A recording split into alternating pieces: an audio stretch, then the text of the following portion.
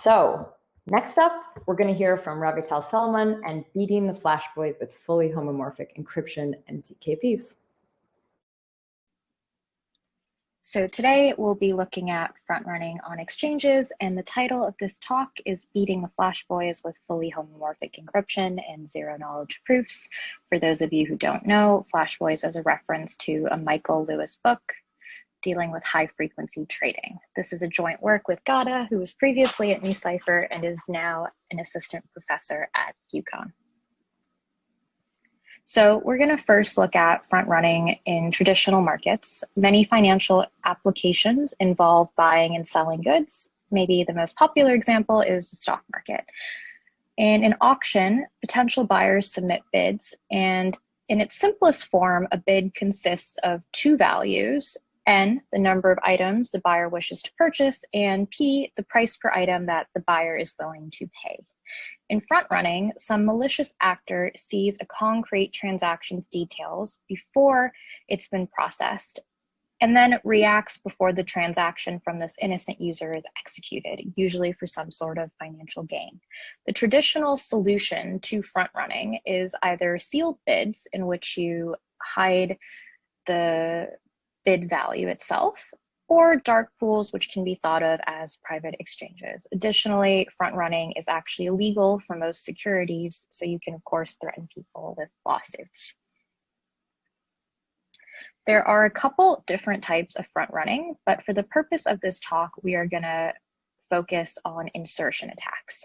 So we assume Eve has already front run Alice's order, meaning that she's seen an order Alice has submitted and reacted before Alice's order has been finalized. So in insertion, we really require Alice to still want to run the same function for this to be an insertion attack. So an example of this might be ticket scalping, where Alice wants to buy some concert ticket. Eve sees this, buys the concert ticket first, and then sells it back to Alice at a higher price, thereby making some sort of profit. So here, Eve really needs Alice to want to still purchase the concert ticket for this attack to be successful.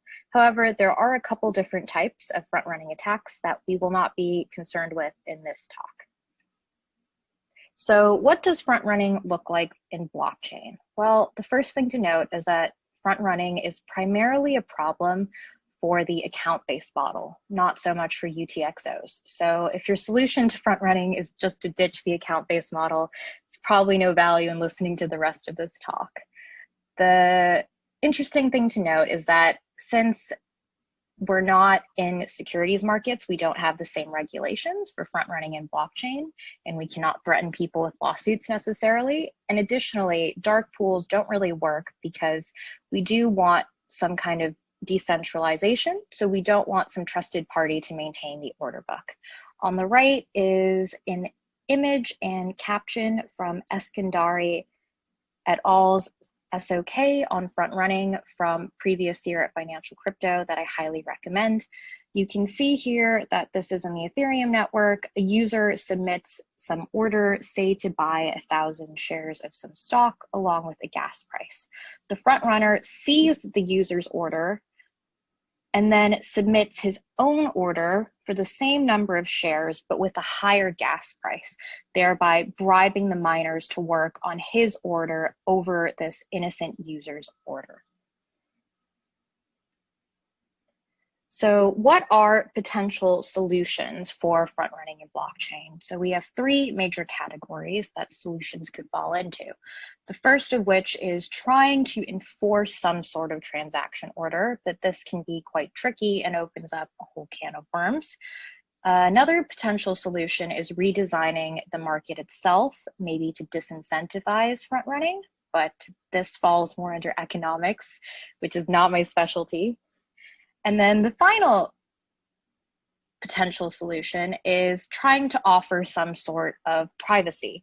That way, malicious users can't see the bid in the first place. This might fall under creating a private blockchain, which could potentially hide the inputs and outputs of transactions and functions. It could potentially hide the function itself and even the identity of users. or we could have some sort of sealed bid auction, but it's important to note that we have to have some sort of way to prevent early aborts. That way, users can't just submit bids that they have no intention of acting on. So we're going to look at how can we design a cryptocurrency scheme that offers privacy and protects against front-running attacks. Blockchain designs offering privacy are definitely not new, and there's quite a few previous designs. These are some particularly popular and potentially well-known ones. The interesting thing to note is that a lot of them use trusted setups or some sort of trusted party for efficiency, which we see as zkSummit6, ZK, and Hawk in this case. The construction either will use an encryption scheme with zero-knowledge proofs or some sort of commitments with zero-knowledge proofs. They have different issues, so while zkSummit6 does not use any sort of trusted setup or trusted party, it has limited functionality. zkSummit6, on the other hand, has quite a bit of functionality, offers a large amount of privacy, but it's pretty expensive for the user to implement, and a trusted setup is needed for each application. ZK has a similar issue in the sense that there are expensive computations that the user has to do. And finally, Hawk is a very recent work, not recent, it's a very old work in this area, and probably one of the first looking at private smart contracts, but it requires a trusted manager. So our design will not use any sort of trusted setup or trusted party. Our construction differs from the previous ones in that we are going to use a fully homomorphic encryption scheme along with zero-knowledge proofs. The main issue with our construction is efficiency, especially with regards to space, as there is an issue of ciphertext expansion for FHE. And finally, we're only going to offer input and output privacy for our solution, which suffices for sealed bid auctions and front running there. Here we just have kind of graphical representation of how the solutions really compare, or like buckets you can put the solutions into. On the left, we see that most of them require some sort of trust assumptions, either a trusted setup, trusted hardware, trusted party, and here we've also included Ekiden and Arbitrum.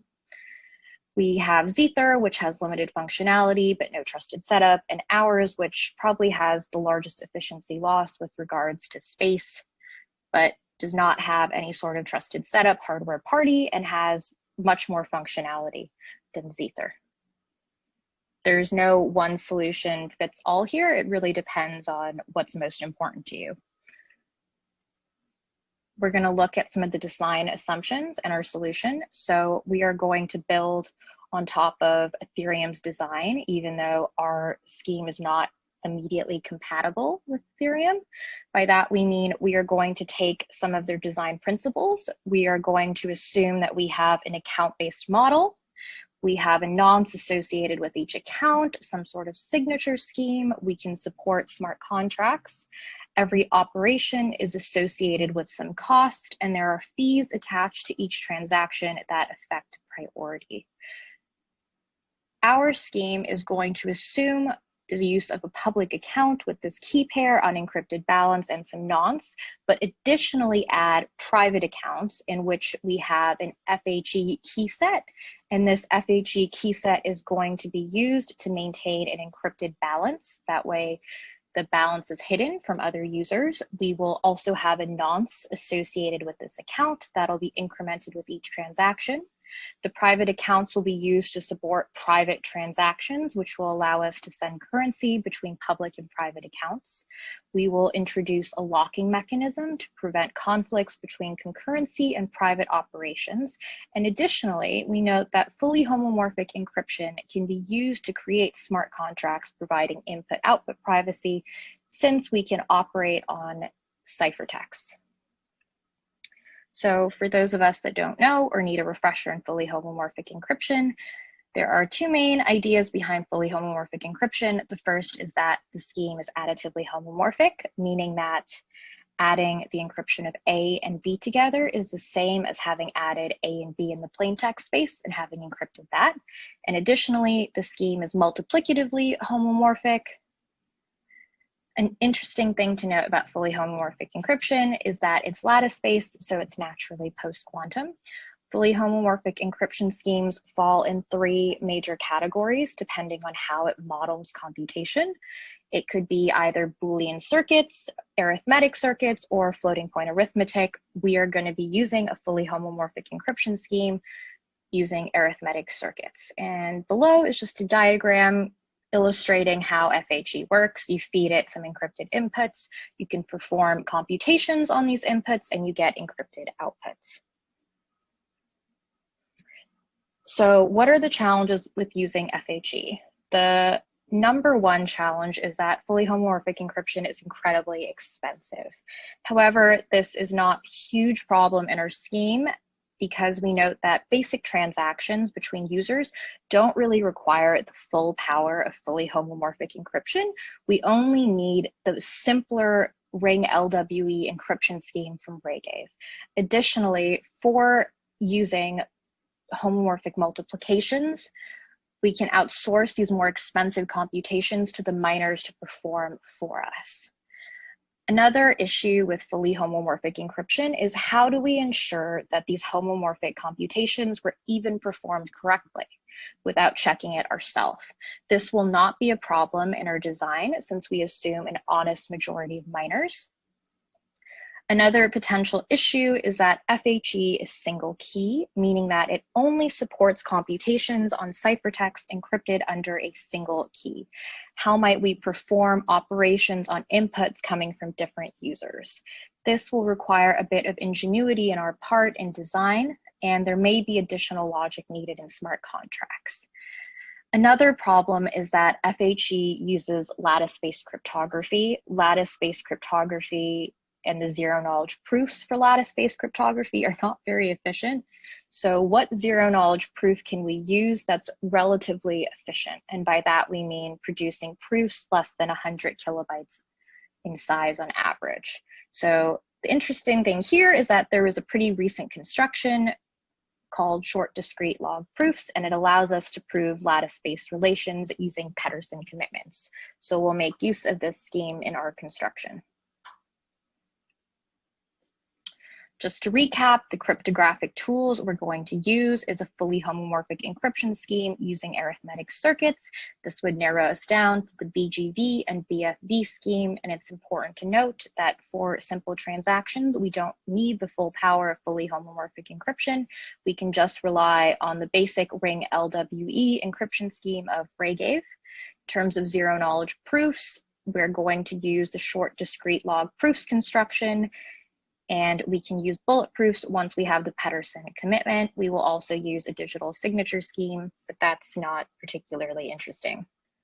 So what might a private transaction in our scheme look like? Well, we have the sender with a private account, meaning that he has some FHE key pair and he maintains an encrypted balance, and the balance is encrypted with respect to this FHE key pair. The receiver has a similar setup. He has his own FHE key pair and his own encrypted balance. For a private transaction, we want to send some amount of currency from the sender who has a private account to the receiver who also has a private account while hiding the transfer amount and the balances of the users involved. So what's going to go into a private transaction? Well, the sender is, of course, going to need to specify who the recipient is. He is going to encrypt the transfer amount under his own key with some randomness. He is then going to encrypt the transfer amount under the recipient's key using the same randomness. And he's going to need to provide a couple of proofs. The first proof is that these two ciphertexts, C and C prime, encrypt the same transfer amount using the same randomness. He's going to need to also prove that the transfer amount is greater than 0, and he's finally going to need to prove that his remaining balance is also greater than 0. Assuming everything is correct, the sender's balance can be updated to his encrypted balance B minus the transfer amount C, and the recipient's balance can be updated to his previous encrypted balance B prime plus this transfer amount C prime. So what will a sealed bid auction look like in our scheme? Well, we're going to first go over how a sealed bid auction would work. The seller is going to post some items for auction, and then the buyers will submit sealed bids hiding the number of items they're interested in bidding on and the price per item they're willing to pay. And then they will reveal their bids at the end of the auction. So previously in Zether, buyers can only bid on a fixed number of shares, assuming they want privacy for their entire bid. By this, we mean that if the seller posts, say, 100 shares for sale, the buyers or potential buyers have to bid on 100 shares. They don't have an option of bidding on a fewer number of shares.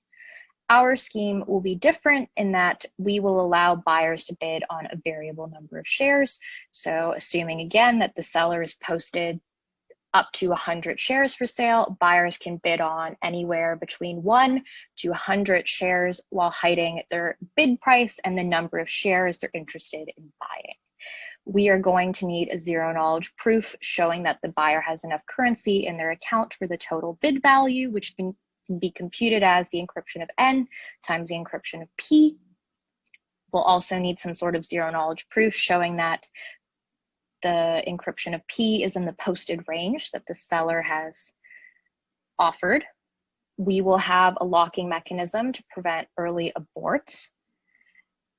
And here on the right, you can see that the first solution is, well, the first box with hiding P and like pi for the zero knowledge proof details how the scheme might work if you're only interested on bidding on a fixed number of shares and your scheme only supports a homomorphic addition. This is precisely the setup of Zether.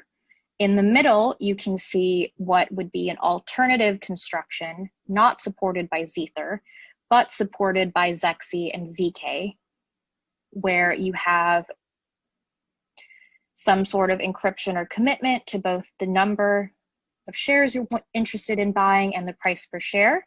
Since your scheme does not support homomorphic multiplication, you would additionally need to post what the total bid would be and encrypt or commit to that value along with a proof showing that this has been done correctly, as in the update has been done correctly and it satisfies certain conditions such as being able to afford the bid and P being within the posted range of the seller.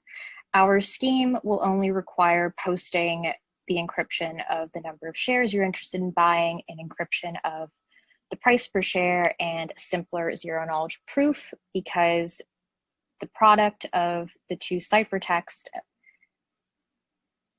encrypting N and P can be computed by the miners. So here we're just going to look at a comparison of these two approaches where you're interested in hiding both the number of shares and the price per share. So one potential construction, and this is roughly the construction used in ZK and Zexy, is the user computing the encryption for N, P, and the encryption of the product N times P. The user will need to produce a more complex zero knowledge proof showing that this update has been done correctly. The user here will perform the bulk of the computations, and the idea is really to rely on a zero knowledge proof to ensure that updates are done correctly. Our scheme will not require computing all three of these values. Users only need to compute the encryption of N and the encryption of P. Miners then can compute the total value, which is the product, since our scheme supports homomorphic multiplication. And the idea here is to rely on fully homomorphic encryption to perform updates. That way we can outsource these more expensive computations to the miners to do.